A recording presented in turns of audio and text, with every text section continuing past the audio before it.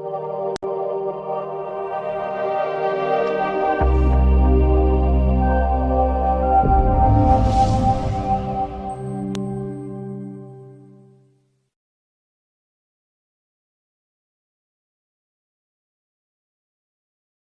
Guys, welcome to Sai study circle. Income tax 2 ನಲ್ಲಿ ನಾವು ಒಂದು 2-3 ಪ್ರಾಬ್ಲಮ್ ಮಾಡಿದ್ವಿ. ಅದು BNU ಮಾಡಿದ್ವಿ. ಇವತ್ತು ನಾವು ಬ್ಯಾಂಗ್ಳೂರ್ ಯೂನಿವರ್ಸಿಟಿದು 2025 ಕ್ವಶನ್ ಪೇಪರ್ ಮಾಡೋಣ.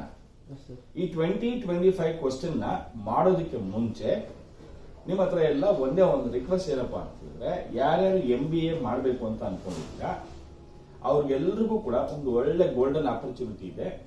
ನೀವು PGCET ಬರೆದಿದ್ದು PGCET ಇಂದ ಮುಖಾಂತರ ಹೋಗ್ತೀನಿ ಅಂತ ಹೇಳಿದ್ರೆ ನಮ್ಮ ಹತ್ರ ಒಂದು ಒಳ್ಳೆ ಕಾಲೇಜ್ ಇದೆ, Sambhram academy of management studies ಅಂತ ಹೇಳಿ.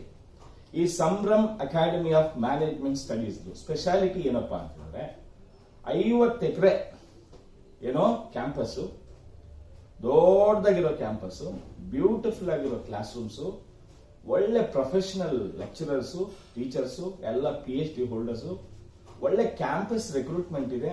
ಪ್ರತಿ ವರ್ಷ ಎಷ್ಟು ಜನ ಸೇರ್ಕೊಳ್ತಾರೆ ಅಷ್ಟು ಜನಕ್ಕೂ ಕ್ಯಾಂಪಸ್ ರಿಕ್ರೂಟ್ಮೆಂಟ್ ಆಗ್ತಾ ಇದೆ. ಎಲ್ಲದಕ್ಕಿಂತ ಹೆಚ್ಚಾಗಿ ನಾನು ಆ ಕಾಲೇಜಲ್ಲಿ ಗೆಸ್ಟ್ ಫ್ಯಾಕಲ್ಟಿ ಆಗಿದ್ದೀನಿ. ನನ್ನ ಪಾಠನ ಅಲ್ಲೂ ಕೇಳ್ಬೋದು, ನೀವು ಬಂದು ಬೇಕಾದ್ರೆ. PGCET ಕೋಡು ಮತ್ತೆ ಆ ಕಾಲೇಜ್ ಅಡ್ರೆಸ್ ನನ್ನ ಫೋನ್ ನಂಬರ್ಗೆ ಅಥವಾ ಅಲ್ಲೇ ಫೋನ್ ಮಾಡಿದ್ರು ನಿಮಗೆ ಇಲ್ಲಿ ಕೊಟ್ಟಿರ್ತಕ್ಕಂತಹ ಒಂದು ಏನಿದೆ ಪೋಸ್ಟರ್ ಏನಿದೆ ಆ ಪೋಸ್ಟರ್ ಮುಖಾಂತರ ನೀವು ನೋಡ್ಕೊಂಡು ಕಾಲ್ ಮಾಡಿ. ಮತ್ತೆ PGCET ನಲ್ಲಿ ದಯವಿಟ್ಟು ಇದೇ ಕಾಲೇಜಿನೇ ಚೂಸ್ ಮಾಡಿ, ಸೋ ದಟ್ ನೀವೆಲ್ಲ ನನ್ನನ್ನ ಭೇಟಿ ಮಾಡಬಹುದು. ಈಗ ಕ್ವಿಕ್ ಆಗಿ ಬರೋಣ.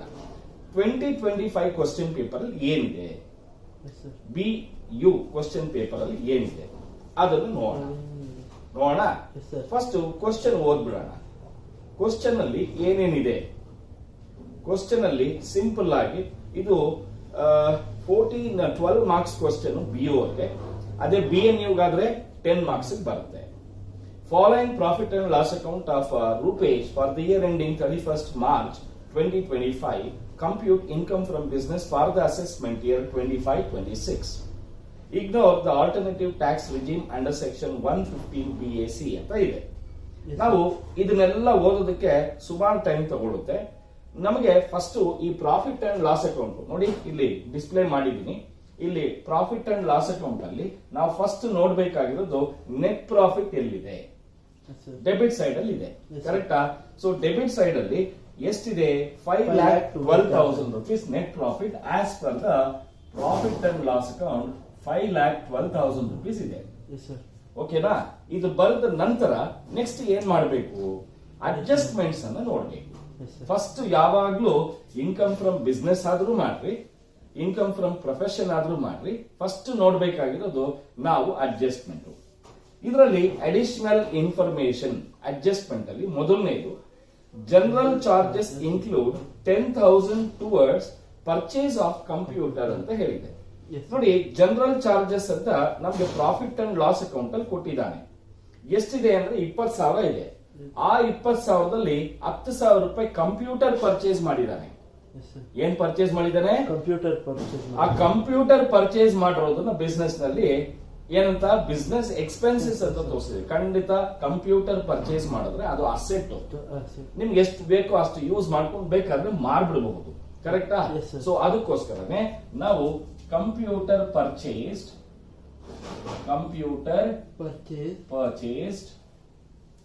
10,000 rupees ಅನ್ನ ನಾವು ಇನ್ಅಡ್ಮಿಸಬಲ್ ಅಂದ್ರೆ ಬಿಸ್ನೆಸ್ ಎಕ್ಸ್ಪೆನ್ಸಸ್ ಅಲ್ಲ ಅಂತ ಟ್ರೀಟ್ ಮಾಡಿದ್ವಿ.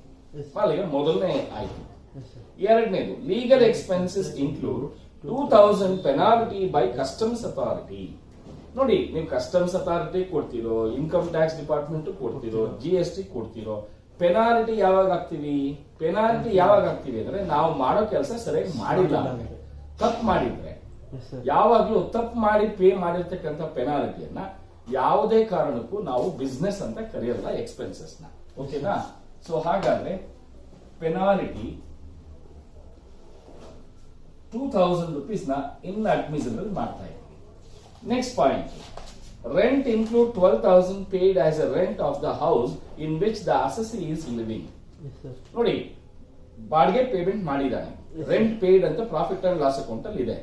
ಅದರಲ್ಲಿ 12,000 rupees ರೆಂಟ್ ಅನ್ನ ಅವನು ಬಾಡಿಗೆ ಮನೆಯಲ್ಲಿ ಇದ್ದಾನೆ, ಆ ಬಾಡಿಗೆ ಕಟ್ಟಿರೋದನ್ನ ಅವನು ಬಿಸ್ನೆಸ್ ರೆಂಟ್ ಅಂತ ತೋರಿಸಿದ್ದಾನೆ. ಅದು ತಪ್ಪಾಗುತ್ತೆ, ಅದು ಪರ್ಸನಲ್ ಎಕ್ಸ್ಪೆನ್ಸಸ್ ಆಗುತ್ತೆ. ಸೊ ಅದಕ್ಕೆ rent paid for house self 12,000 rupees. Next, depreciation allowed 50,000 as per the income tax rules, including depreciation on computer purchase ಅಂತ ಹೇಳಿದ್ದಾರೆ. ನೋಡಿ, ನಮಗೆ ಪ್ರಾಫಿಟ್ ಅಂಡ್ ಲಾಸ್ ಅಕೌಂಟ್ ಅಲ್ಲಿ ಡಿಪ್ರಿಸಿಯೇಷನ್ ಅಂತ ಹೇಳಿ ಎಷ್ಟು ಅಮೌಂಟ್ ಇದೆಯಾ? ಏನಾದ್ರು ಡಿಪ್ರಿಸಿಯೇಷನ್ ಏನು ಇಲ್ಲ, ಕರೆಕ್ಟಾ? ಆದ್ರೆ ಅಡ್ಜಸ್ಟ್ಮೆಂಟ್ ಅಲ್ಲಿ ಎಷ್ಟು ತೋರಿಸ್ತಾ ಇದ್ದಾನೆ? 15,000. ಅದರ ಅರ್ಥ ಏನಪ್ಪಾ ಅಂದ್ರೆ ಪ್ರಾಫಿಟ್ ಅಂಡ್ ಲಾಸ್ ಅಕೌಂಟ್ ಅಲ್ಲಿ ಡಿಪ್ರಿಸಿಯೇಷನ್ ತಗೊಂಡಿಲ್ಲ ಅವನು. ಡಿಪ್ರಿಸಿಯೇಷನ್ ಬಿಸ್ನೆಸ್ ತಾನೆ, ಬಿಸ್ನೆಸ್. ಹಾಗಾದ್ರೆ ನಾವು expenses, admissible expenses not recorded ಇಲ್ಲಿ depreciation on computer, on assets including computer 15,000 rupees ಅನ್ನ ನಾವು ಎಕ್ಸ್ಪೆನ್ಸಸ್ ನಾಟ್ ರೆಕಾರ್ಡೆಡ್ ಅಲ್ಲಿ ತೋರಿಸಬೇಕು. ನೆಕ್ಸ್ಟ್ ಪಾಯಿಂಟ್ ಇನ್ನೇನಿದೆ? Last point, income tax provision is excessive to the extent of 6,000 ಅಂತ ಹೇಳಿದ್ದಾರೆ. ನೋಡಿ, ಈ ಅಡ್ಜಸ್ಟ್ಮೆಂಟ್ ಗೆ ನಾನು ಹೇಳಬೇಕು ಅಂದ್ರೆ ನಿಮ್ಗೆ ನಗು ಬರುತ್ತೆ. ಯಾಕೆ ಅಂದ್ರೆ ಇನ್ಕಮ್ ಟ್ಯಾಕ್ಸ್ ಬಿಸ್ನೆಸ್ ಅಲ್ಲ. Income tax itself is A business ಅಲ್ಲ. ಅವನು ಎಕ್ಸೆಸ್ ಇಟ್ಟಿದಾನ, ಕಡಿಮೆ ಇಟ್ಟಿದಾನ, ಅದೆಲ್ಲ 100% ಏನಾಗುತ್ತೆ? ಇನ್ಅಡ್ಮಿಸಿಬಲ್ ಆಗುತ್ತೆ. ಸೊ ಅದಕ್ಕೋಸ್ಕರ ನಮ್ಗೆ ಎಲ್ಲಾದ್ರೂ ಇದೆಯಾ provision for income tax 16,000 full amount ಅನ್ನ ಇನ್ಅಡ್ಮಿಸಿಬಲ್ ಮಾಡೋಣ. Provision for income tax 16,000 full amount. ಓಕೆನಾ? ಅಲ್ಲಿಗೆ ಎಲ್ಲ ಅಡ್ಜಸ್ಟ್ಮೆಂಟ್ಸ್ ಮುಗಿದಿತ್ತು. ಈಗ ಮುಗಿದ ಮೇಲೆ ಏನ್ ಮಾಡಬೇಕು ನೋಡಿ? ಅಡ್ಮಿಸಿಬಲ್ ಇನ್ಕಮ್ಸ್ ನಾಟ್ ರೆಕಾರ್ಡೆಡ್ ಯಾವುದು ಇಲ್ಲ, ಕರೆಕ್ಟಾ? ಯಾಕೆಂದ್ರೆ ಅಡ್ಜಸ್ಟ್ಮೆಂಟ್ ಅಲ್ಲೇ ಬರೋದು. ಇದು ಒಂದು ಪಾಯಿಂಟ್ ಇತ್ತು, ಅಡ್ಜಸ್ಟ್ಮೆಂಟ್ ಅಲ್ಲಿ ಮಾಡಿದೀವಿ, ಹೌದಾ? ಈಗ ಡೆಬಿಟ್ ಸೈಡ್ ಅಲ್ಲಿ ನೋಡ್ಬೇಕಾದ್ರೆ ನಾವು ಇನ್ಅಡ್ಮಿಸಿಬಲ್ ಎಕ್ಸ್ಪೆನ್ಸಸ್ ಅಲ್ಲೇ ನೋಡ್ಬೇಕು. ಕ್ರೆಡಿಟ್ ಸೈಡ್ ಅಲ್ಲಿ ಮಾಡಬೇಕಾದ್ರೆ ಇನ್ಅಡ್ಮಿಸಿಬಲ್ ಇನ್ಕಮ್ ಅಲ್ಲೇ ನೋಡ್ಬೇಕಾಗುತ್ತೆ. ಹಾಗಾದ್ರೆ ಫಸ್ಟ್ ಪಾಯಿಂಟ್ ಜನರಲ್ ಎಕ್ಸ್ಪೆನ್ಸಸ್ ಆಗಿದೆ. Office expenses business. Interest on bank loan ತಗೊಂಡಿದ್ಯಾ ಬ್ಯಾಂಕ್ ಅಲ್ಲಿ, ಬಿಸ್ನೆಸ್ ಗೆ ಅಂತ ತಗೊಂಡಿದ್ಯಾ, ಹೌದಾ? ಅದಕ್ಕೆ ಬಡ್ಡಿ ಕಟ್ತೇವೆ, business. Next audit fees, business. Interest on capital, ಇದು ಮಾತ್ರ ಖಂಡಿತ ಬಿಸ್ನೆಸ್ ಆಗೋದಿಲ್ಲ. Interest on capital 12,000. Next rent ಆಗಿದೆ. ಯಾಕೆಂದ್ರೆ 20,000 ರೆಂಟ್ ಅಲ್ಲಿ ಅವನು ಬಾಡಿಗೆ ಮನೆಯಲ್ಲಿದ್ದ, ಆ ಬಾಡಿಗೆ ಕಟ್ಟಿರೋದನ್ನ ಬಿಸ್ನೆಸ್ ನಲ್ಲಿ ತೋರಿಸಿದ್ದ. ಪ್ರಾವಿಷನ್ ಫಾರ್ ಇನ್ಕಮ್ ಟ್ಯಾಕ್ಸ್ ಆಗಿದೆ. Charities, donations 100% inadmissible. ಇದು ಕಾಣಿಸಿದ್ರೆ ಕಣ್ಣು ಮುಚ್ಕೊಂಡು ತಗೊಂಡ್ಬಿಡ್ಬೇಕು, ಕರೆಕ್ಟಾ? Next point, compensation to retrench employee. ನೋಡಿ, ಒಬ್ಬ ಎಂಪ್ಲಾಯಿ ತರಲೇ ಇದ್ದಾನೆ, ಆ ತರಲೆ ಎಂಪ್ಲಾಯಿ ಇಟ್ಕೊಂಡ್ರೆ ಲಾಸ್ ಆಗುತ್ತೆ ನಮ್ಗೆ. ಅದಕ್ಕೆ ನಾವೇನ್ ಮಾಡಿದ್ವಿ, ಅವನಿಗೆ 1 ತಿಂಗಳದೋ 2 ತಿಂಗಳದೋ ಸ್ಯಾಲರಿ ಕೊಟ್ಬಿಟ್ಟು ಮನೆಗೆ ಓಡಿಸ್ಬಿಟ್ಟು ಕಾಂಪೆನ್ಸೇಷನ್ ಕೊಟ್ಬಿಟ್ಟು. ಅದು ಬಿಸ್ನೆಸ್ ಆಗುತ್ತೆ, ಯಾವುದೇ ಕಾರಣಕ್ಕೂ ತಗೋಬೇಕು. ಅರ್ಥ ಆಗ್ತಾ ಇದೆಯಾ? ಎಕ್ಸ್ಟೆನ್ಷನ್ ಆಫ್ ಬಿಲ್ಡಿಂಗ್ ಎಕ್ಸ್ಟೆಂಡ್ ಮಾಡೋದು ಅಂದ್ರೆ ಏನು? ಗ್ರೌಂಡ್ ಫ್ಲೋರ್ ಕಟ್ಟಿದ್ದಾರೆ ಆಫೀಸ್ದು, ಅದಕ್ಕೆ ಫಸ್ಟ್ ಫ್ಲೋರ್ ಕಟ್ಟಿದ್ದಾರೆ. ಅದು ಅಸೆಟ್ ಪರ್ಚೇಸ್ ಆಗುತ್ತೆ ಹೊರತು ಯಾವುದೇ ಕಾರಣಕ್ಕೂ ಏನಾಗಲ್ಲ, ಎಕ್ಸ್ಪೆನ್ಸಸ್ ಆಗಲ್ಲ. ಸೊ ಹಾಗಾದ್ರೆ ಎಕ್ಸ್ಟೆನ್ಷನ್ ಆಫ್ ಬಿಲ್ಡಿಂಗ್ ಅಮೌಂಟ್ ಎಷ್ಟಿದೆ? 36,000 ಟು GST ಬಿಸ್ನೆಸ್. ಯಾವಾಗಲೂ ಅಷ್ಟೇ ಬಿಸ್ನೆಸ್. ನೆಟ್ ಪ್ರಾಫಿಟ್ ಆಲ್ರೆಡಿ ತಗೊಂಡಿದ್ದೀವಿ. ಈಗ ಕ್ರೆಡಿಟ್ ಸೈಡ್ ಬರೋಣ. ಗ್ರಾಸ್ ಪ್ರಾಫಿಟ್ ಮುಟ್ಬೇಡಿ. ಲೀಗಲ್ ಎಕ್ಸ್ಪೆನ್ಸಸ್ ಆಗಿದೆ ಅಲ್ಲಪ್ಪ. ಲೀಗಲ್ ಎಕ್ಸ್ಪೆನ್ಸಸ್ ಇನ್ಕ್ಲೂಡಿಂಗ್ ಚಾರಿಟಿ ಏನಂತ ಹೇಳಿದ್ದಾನೆ, ಪೆನಾಲ್ಟಿ ಅಂತ ಹೇಳಿದ್ದಾನೆ, ಆಗೋಗಿದೆ. ಓಕೆನಾ? Next, bad debts recovered not allowed. ಏನಿದು? ನಾಟ್ ಅಲೌಡ್ ಅಂದ್ರೆ ತಗೊಳ್ಳೋದಿಲ್ಲ ಎಲ್ಲೂ. Yes, sir.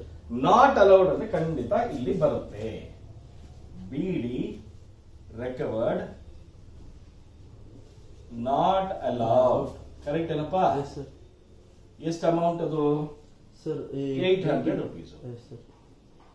Next point By dividend ಅಂತ ಇದೆ. Yes, sir. ಅದು ಕೂಡ ಇನ್ಅಡ್ಮಿಸಿಬಲ್ ಇನ್ಕಮ್ ಆಗುತ್ತೆ. 16,000, sir. 16,000.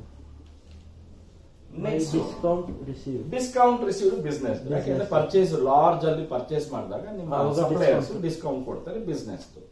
ಸನ್ರಿ ರಿಸಿಪ್ಟ್ಸ್ ಈ ತರ ಇನ್ಕಮ್ಗಳು ಅದು ಕೂಡ ಬಿಸ್ನೆಸ್ ಬಿಟ್ಬಿಡಿ. ಇಂಟ್ರೆಸ್ಟ್ ಆನ್ ಗವರ್ಮೆಂಟ್ ಸೆಕ್ಯೂರಿಟಿ ಇದನ್ನ ಖಂಡಿತವಾಗ್ಲೂ ತಗೊಳ್ಬೇಕಾಗುತ್ತೆ. Yes, sir. Interest on government securities 11,200. 11,200. ಎಲ್ಲ ಮುಗಿತೇನಪ್ಪ? Yes, sir. ನೋಡಿ ಎಷ್ಟು ಚೆನ್ನಾಗಿ ಈಸಿಯಾಗಿ ಮಾಡ್ಬಿಟ್ವಿ. ಕರೆಕ್ಟಾ? Yes, sir. ಈಗ ಇಷ್ಟು ಆಡ್ ಮಾಡೋಣ. 6, 8, 14, 18, 1, 4, 5, 6, 7, 8, 9 98,000ನ ಆಡ್ ಮಾಡಬೇಕು. ಮಾಡಿದ್ರೆ 6,10,000 ಪ್ಲಸ್ ವ್ಯಾಲ್ಯೂ ಬರ್ತಾ ಇದೆ. Yes, sir. 15,000 rupees ಅನ್ನ ಮೈನಸ್ ಮಾಡಬೇಕು. ಮೈನಸ್ ಮಾಡಿದ್ರೆ 5, 9, 5 ಇದು ಪ್ಲಸ್. ಕರೆಕ್ಟ್ ಏನಪ್ಪಾ? 5,95,000. ಇದಕ್ಕೆ Minus money. ಮೈನಸ್ ಮಾಡಬೇಕು. 7, 8, 2 28,000ನ ಮೈನಸ್ ಮಾಡಬೇಕು. 5,67,000. 5,67,000 ಪ್ಲಸ್ Yes, sir. ಇದೇನೂ ಇಲ್ಲ. 5,67,000 ಇದನ್ನ ಏನಂತ ಕರಿಬಹುದು? ಇನ್ಕಮ್ ಫ್ರಮ್ ಬಿಸ್ನೆಸ್ ಅಂತ ಕರಿಬಹುದು. ನೋಡಿ ಇಷ್ಟು ಮಾಡಿದ್ರೆ 12 ಮಾರ್ಕ್ಸ್ ಅಥವಾ 10 ಮಾರ್ಕ್ಸ್ ಬರುತ್ತೆ. ಸರಿ. ಅರ್ಥ ಆಗ್ತಿದ್ಯಾ? Yes, sir. ದಯವಿಟ್ಟು ಎಲ್ಲರೂ ಇನ್ನೊಂದ್ಸರಿ ಕೇಳಿಸ್ಕೊಳ್ಳಿ. ಸಪೋಸ್ MBA ಮಾಡಬೇಕು ಅಂತ ಇರ್ತೀರಾ. ಸರ್ ನಮ್ಗೆ ಕಾಲೇಜ್ಗೆ ಹೋಗಕ್ಕೆ ಇಷ್ಟ ಇಲ್ಲ ಸರ್, ಕೆಲ್ಸಕ್ಕೆ ಹೋಗ್ತೀನಿ ಅಂತ ಅನ್ಕೊಂಡಿರ್ತೀರಾ. Yes, sir. ಅಂತವ್ರಿಗೂ ಕೂಡ ನಮ್ಮ ಹತ್ರ ಕಾಲೇಜಸ್ ಇದೆ. ಓಕೆನಾ? Yes. ನೀವು ಕರೆಸ್ಪಾಂಡೆನ್ಸ್ ಅಲ್ಲಿ ಮಾಡಬೇಕು ಅಂತ ಅನ್ಕೊಂಡಿರ್ತೀರಾ, ಡಿಸ್ಟೆನ್ಸ್ ಅಲ್ಲಿ ಮಾಡಬೇಕು ಅನ್ಕೊಂಡಿರ್ತೀರಾ, ಅದಕ್ಕೂ ಕೂಡ ನಮ್ಮ ಹತ್ರ ಕಾಲೇಜಸ್ ಇದೆ. ಯಾರ್ಯಾರಿಗೆ ಇಂಟ್ರೆಸ್ಟ್ ಇದೆ ಅವರೆಲ್ಲ ದಯವಿಟ್ಟು ನನ್ನ ನಂಬರ್ 9035257692 ಈ ನಂಬರ್ಗೆ ಫೋನ್ ಮಾಡಿ. Thank you.